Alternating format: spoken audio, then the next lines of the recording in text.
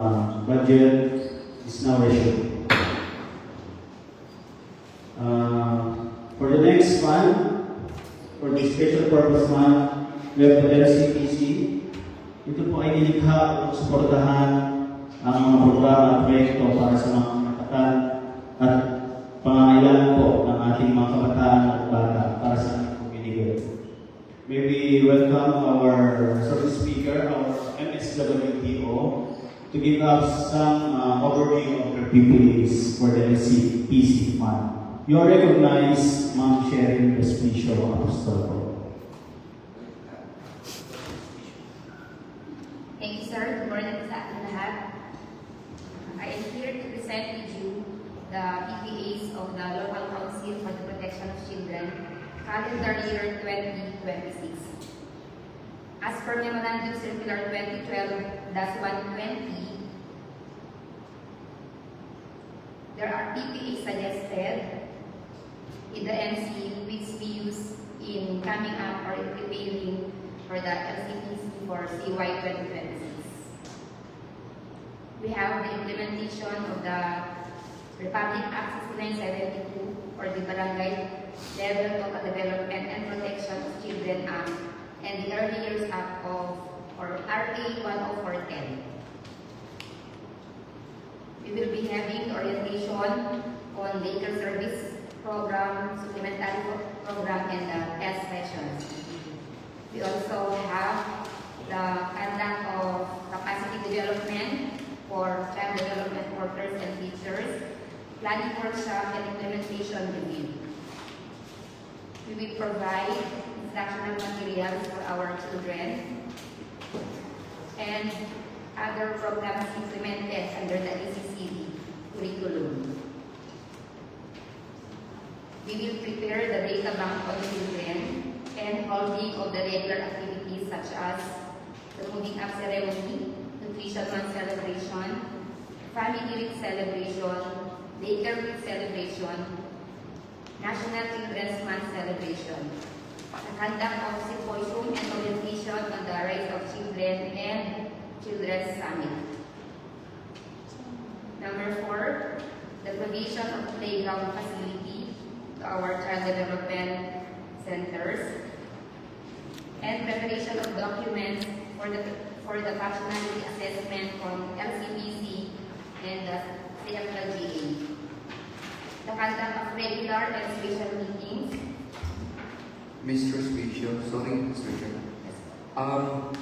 Pwede po ba sa medyo anuhin muna natin yung mga acronyms used kasi members of this body are not yet familiar like the CFLGA, alam natin, child friendly, pero the rest, PES, pwedeng i-kompleto po yung mga acronyms para maintindihan natin. Yes, sir. Again, for the functionality assessment on the Local Council for the Protection of Children and the child-friendly local governance audit, and for health and nutrition program, it will be having supplementary feeding program, capacity development of service providers and immunization and micronutrient supplement. We also have for the implementation of the Republic Act 1944 or the Juvenile Justice Welfare Act, the establishment of situationer of child at risk and children in conflict of the law.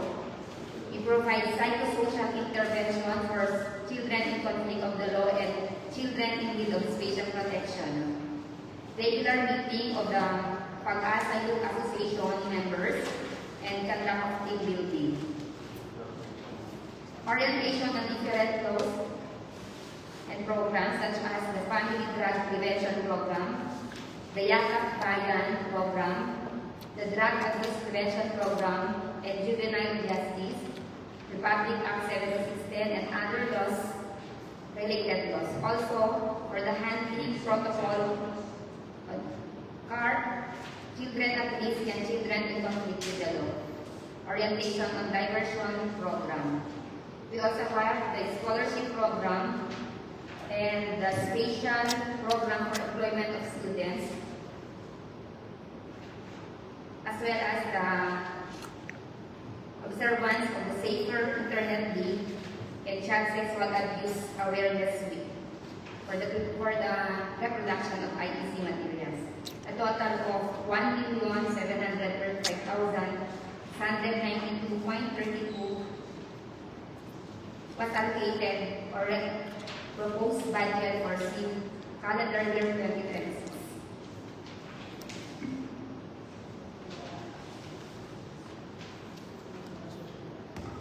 Thank you, Ma'am Cheryl Lopez. Apostol Resolution. Ma'am, hanapin lang po namin yan. Okay po. Next week, that's for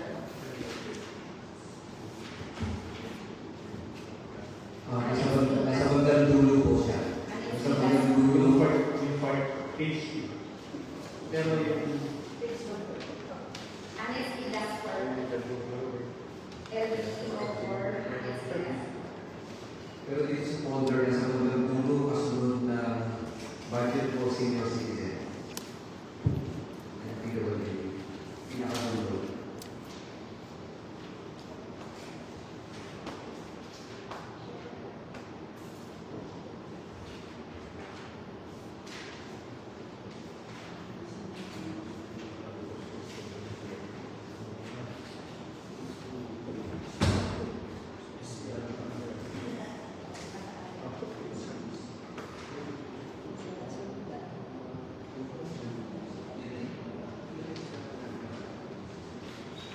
Pero di ba kasi nasa label po namin kasi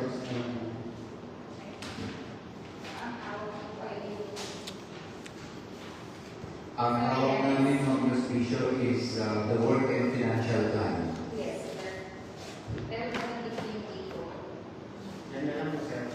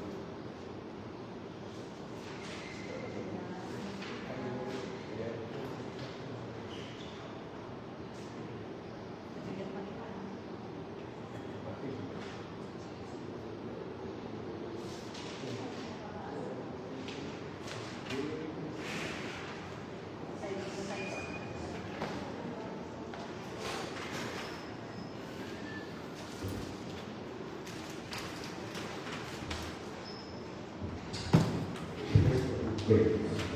5 minutes break po for the production po ng Xerox ng ating plans po ng LCDs.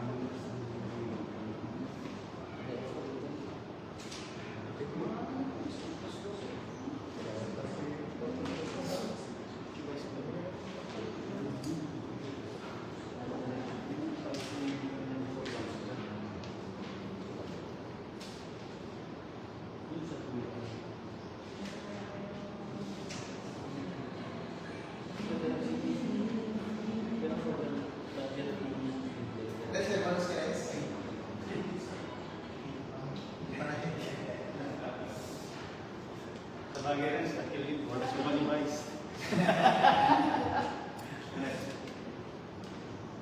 Ito ko ba mag-gawin siya ito bababa na ako? Hindi ko alam saan ako makakalaw. Tama ka na naman ba sa talas na po bababa na ako?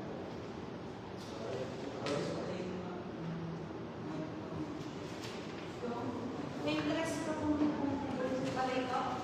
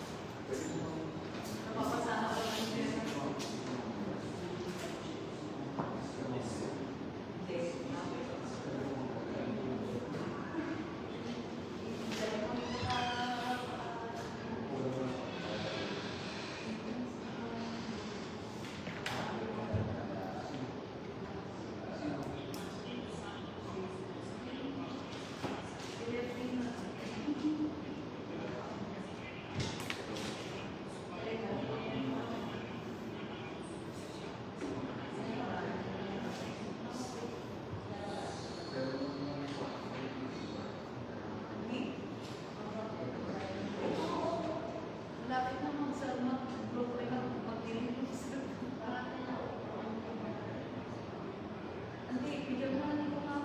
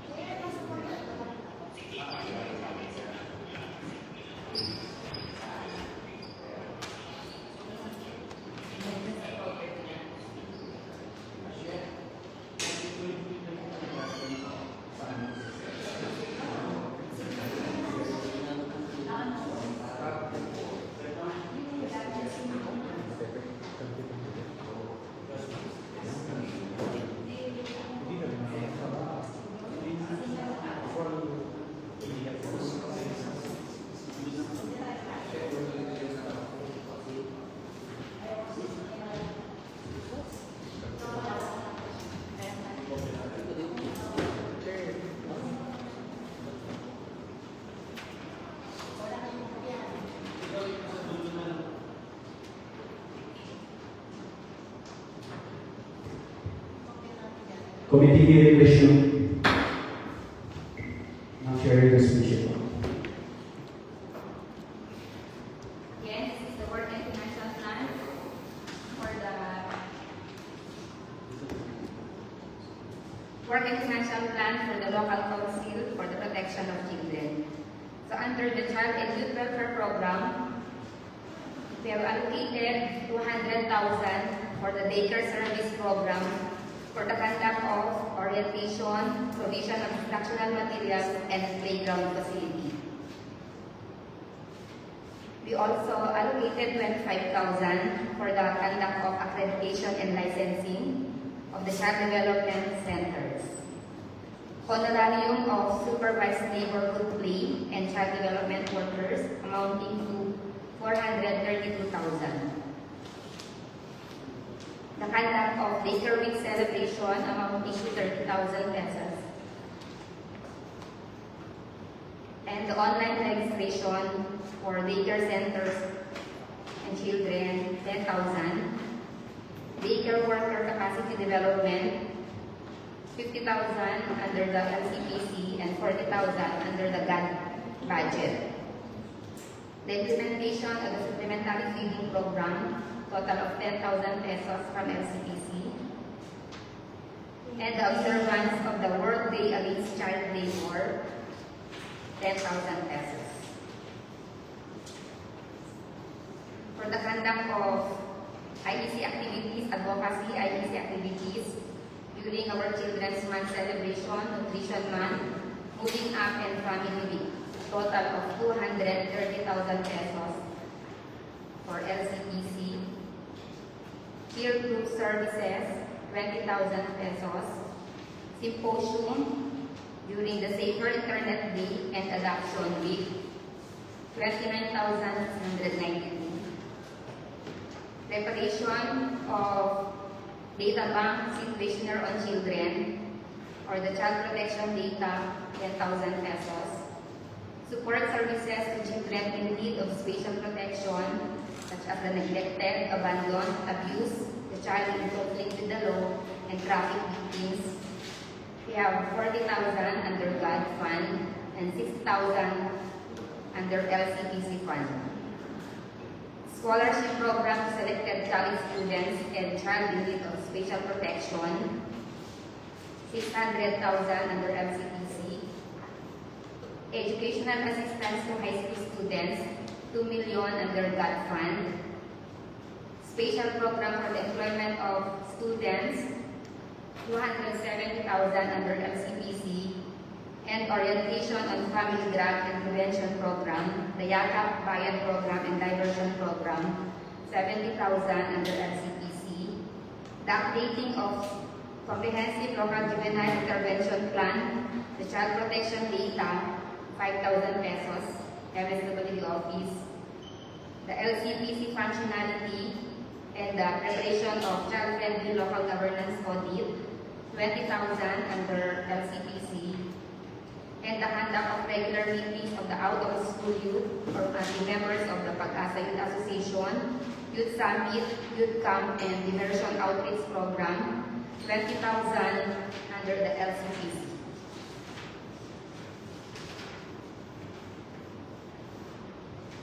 Yun lamang po. Thank you, Ma'am Cheryl.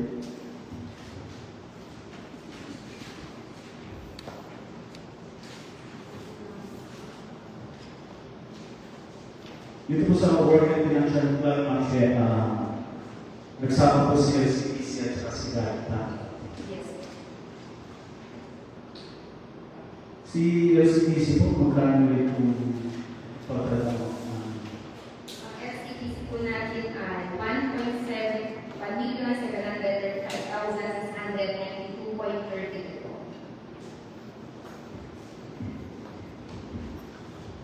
Kasi dito po sa financial plan po, may isama po si GAT. So parang magsabay na rin po sila na i-review na rin po natin. Nagsama po sila sa financial plan po natin. Sinama po natin doon ang lahat po ng concerning children ay ilagay po natin sa isang work and financial plan. But meron din tayo itong forms para po sa 1% po tsaka sa grant plan. Copy that. So sa ating po mga kasamahan sa Konseho, baka may mga katanungan po kayo sa ating MSWD ko.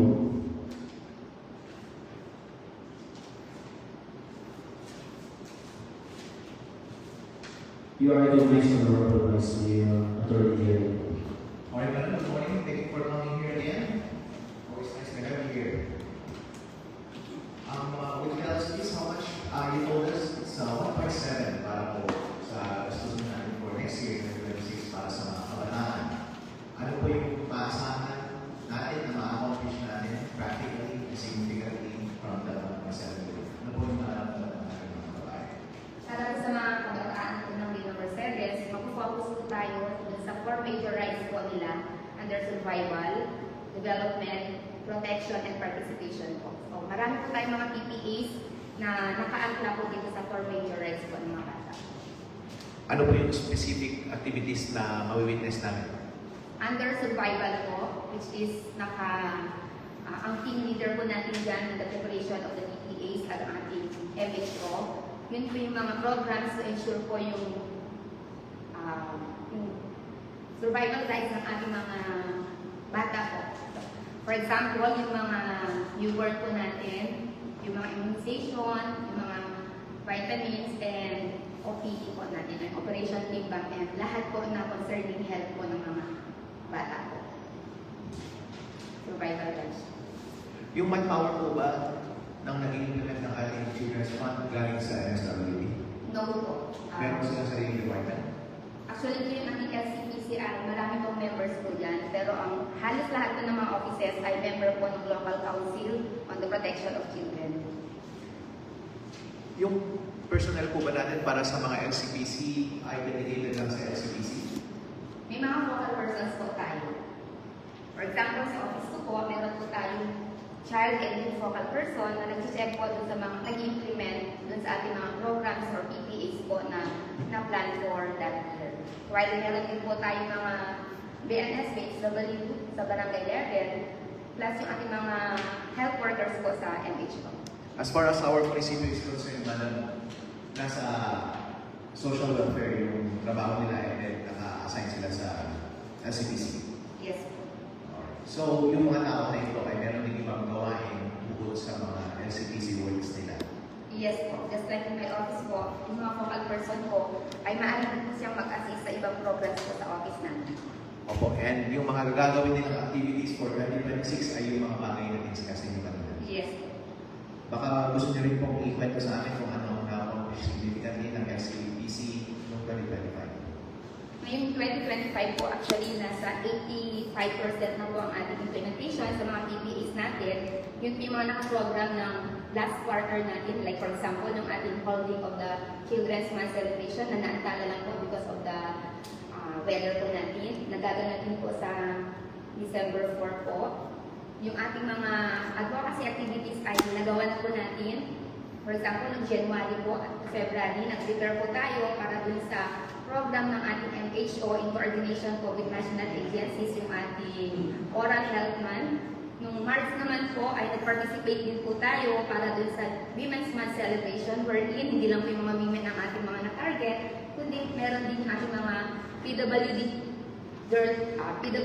girl child at mga kabataan din po natin. While yung ating implementation ng ating supplementary feeding, meron po tayong municipal, initiated, at saka yung binigay po ng ating DSWD, yung mga binaba po para din sa mga observance and celebrations such as yung International Trafficking Day, yung ating June 12 po, yung sa Child Labor Day po natin, and Family Week po.